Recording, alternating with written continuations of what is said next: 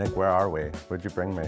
I brought you to Tatiana's down here in Brighton Beach, right on the boardwalk. It's a restaurant and a nightclub. Yes, There's a it stage is. over there. Yeah. Have you ever been here for like nightclub nights or? I haven't been here at night. No, it's wild. Because normally when I get here, it's around dinner time and I'm normally ready to pass out. Right. A couple hours later.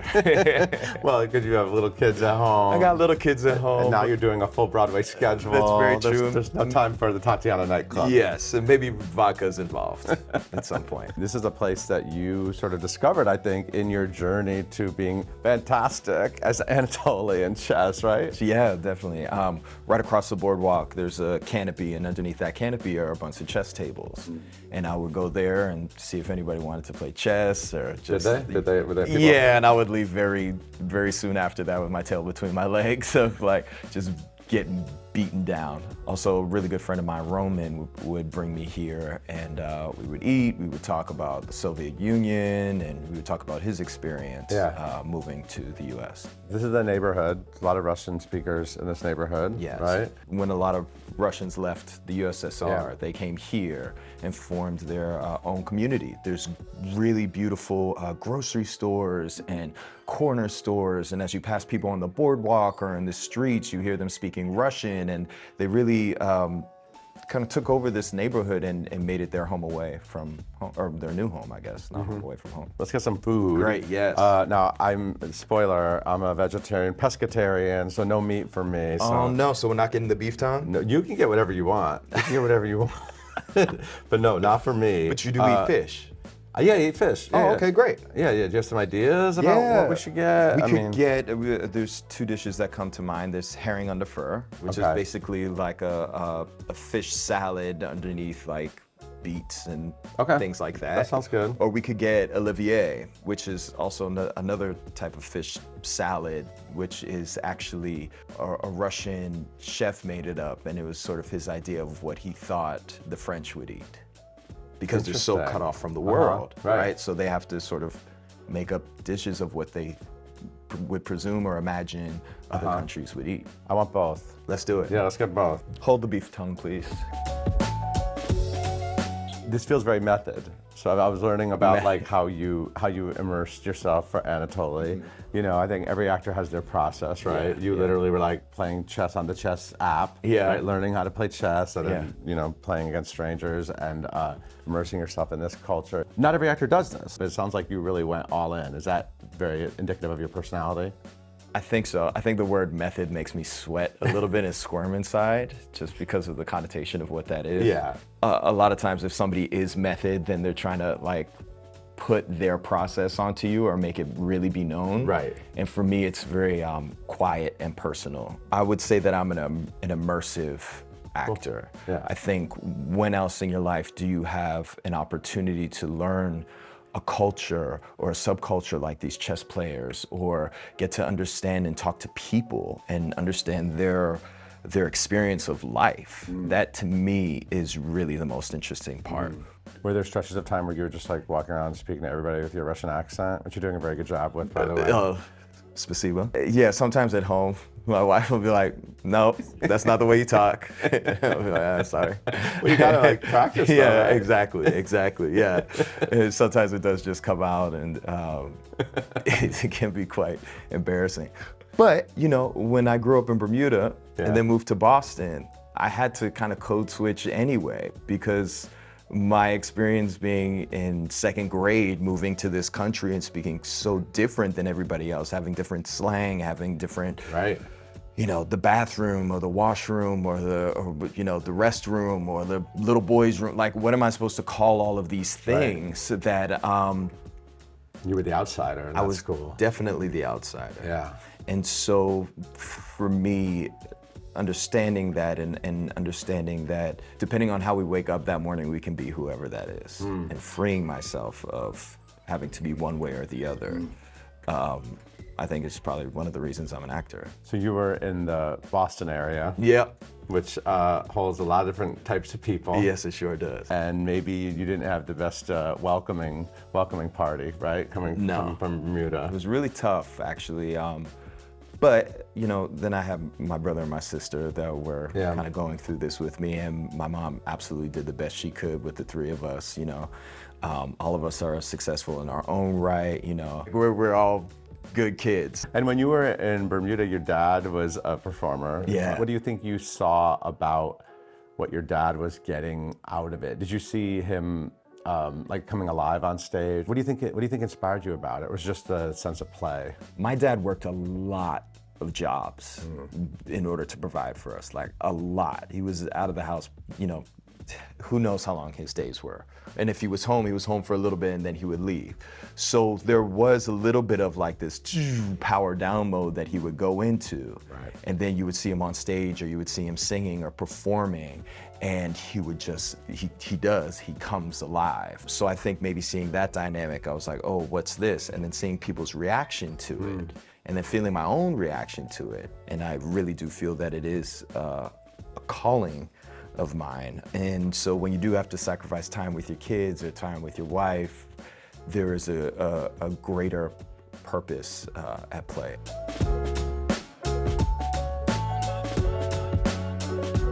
So then you ended up in like Boston Conservatory. Yeah. Right? And you get involved in some school programs. Like, tell me about that time in your life. What were those early days of sort of discovering theater like for you? I just remember being unbelievably nervous. Anytime I had to sing or say anything out loud, like my whole body would shake. Are you naturally shy? Or were you at that time? I think so, yeah. Yeah, I mean, I can like turn it on and be a performer, but I think, yeah, there's parts of me that are definitely more shy. Do you remember an early moment where you just like nailed it as a kid and you were like, look at me, and you got the audience to the palm of your hands like you do now when you sing all those chess songs? Yeah. I don't think that came until like later. Really? Yeah, I think maybe the first time that I was able to kind of like shine was we did The Wiz. And I really wanted the scarecrow part, and I didn't get it, but I got a dance solo in the middle of, what's the song? Everybody be glad, cause it's shine, shine. Can you feel a brand new day? Oh yeah. And so I did, like, I had my jazz shoes on and I was doing my little Michael Jackson impression. And I just remember feeling maybe that was the first moment of like me sort of stepping into the spotlight. That's a Luther Vandross song. Yeah, isn't that crazy? He sang in the pit and then wrote that song? Yeah. That's crazy. This is delicious. You chose well, thank Very you. good. Thanks for not making me eat the beef. The beef tongue. You ended up at Juilliard briefly. How long were you at Juilliard? I was so I went to Boston Conservatory for a year, and I realized I wanted to sort of, you know, in musical theater, there's a lot of balls in the air, and you know, you're juggling a lot. And I wanted to just have a little bit more of a concentrated college experience. Okay. So then I went to audition for and got into Juilliard, and it like changed my life. So then you were in New York City. Yeah, so I was in New York City, and Clearly auditioning. not really, no, I was Okay, in so tell school, me I what was set, happened. I was happy, I was Okay. like learning about myself and learning about this as a craft. And then I got a Facebook message from a music director that I worked with at Stage Door Manor. Justin Mendoza, who now works on Book of Mormon, Okay. was doing the In the Heights tour. Yep. And he said, look, our Benny is leaving. I think if you're even still doing musical theater, I think that you would be great for this part. I mean, you're a perfect Benny. I could see why he was like, the thing I thought was, of you. yeah. He asked for my email address, which was Dr. Coolnack back then. And they gave that. And I had like 3 auditions when I was like 19, booked the role, turned 20.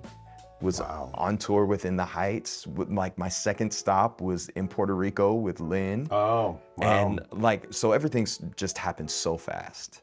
I was like 2 weeks into my second year at Juilliard, and I had to tell my teachers, you know, I gotta go. This is an opportunity that I can't pass up. And my favorite teacher in the world said, I think you're making a grave mistake. Wow. And we were sitting on a bench in Central Park, and I just wept. And I said, I have to. Wow. I have to do this. I was thinking about Lin-Manuel Miranda, and I was thinking about the opportunities you got from his work, and I was also thinking about the opportunities before Lin for actors of color on Broadway, and to be able to play these like rich, dynamic roles, and it's really It's really interesting when you think about sort of the talent pool For sure. that has come from his work. Absolutely, and the opportunities that have come. Yeah. I know for me as an actor, the opportunities that came as soon as Hamilton happened opened up a whole different world. Like, I mean, you know, I hope that the producers and that the directors and everybody involved with chess would be open-minded, and I think they are. But it definitely helps that a precedent was set that you cast the person based on their essence, not necessarily what they look like. Essence, yeah, it's well said, yeah. Yeah. Playing a Russian chess master was not on my bingo card at all. But Michael Mayer saw something in me, and it allowed that transition to happen easier, I believe, because of what we saw with Hamilton.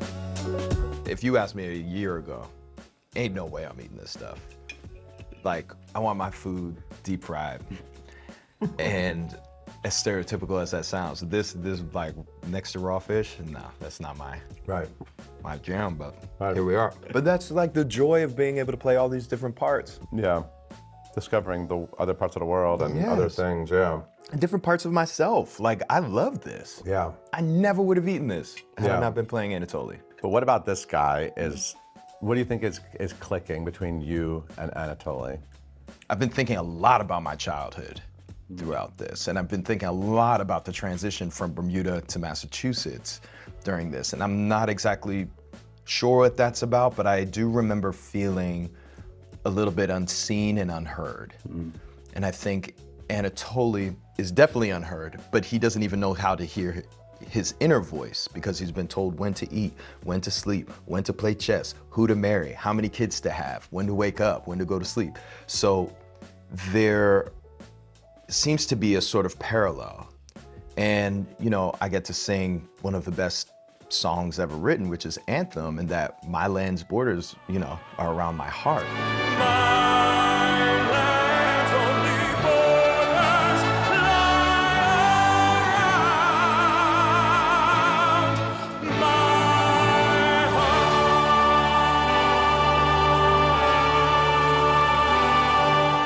I carry Bermuda with me everywhere I go. And I also carry Massachusetts with me everywhere I go. And I've always felt like a little bit of a nomad, somebody that didn't really have a home, really have roots, until I met my wife and I had my kids. And so I think that's really what I'm connecting with a lot.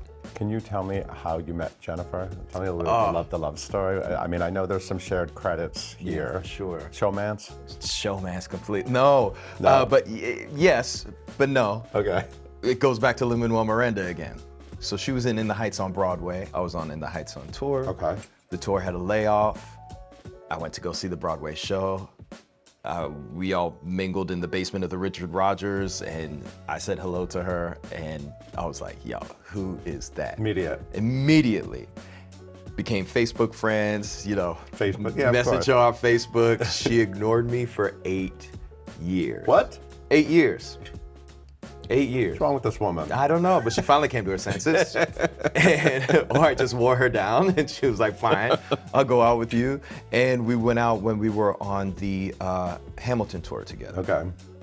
And oddly enough, my grandmother passed away on that tour. Oh, man. And a year earlier, almost to the day, her grandmother passed away. And so we really bonded on that, and that sort of started a real friendship. Okay. And then out of that friendship became a love. So I was coming at it from the wrong way. Wow. Originally. Okay. And I had to get to know her as a person. And So you were actually asking her out and she was like not interested she was originally? like, absolutely not. Yeah. Yeah. Absolutely not. Absolutely not.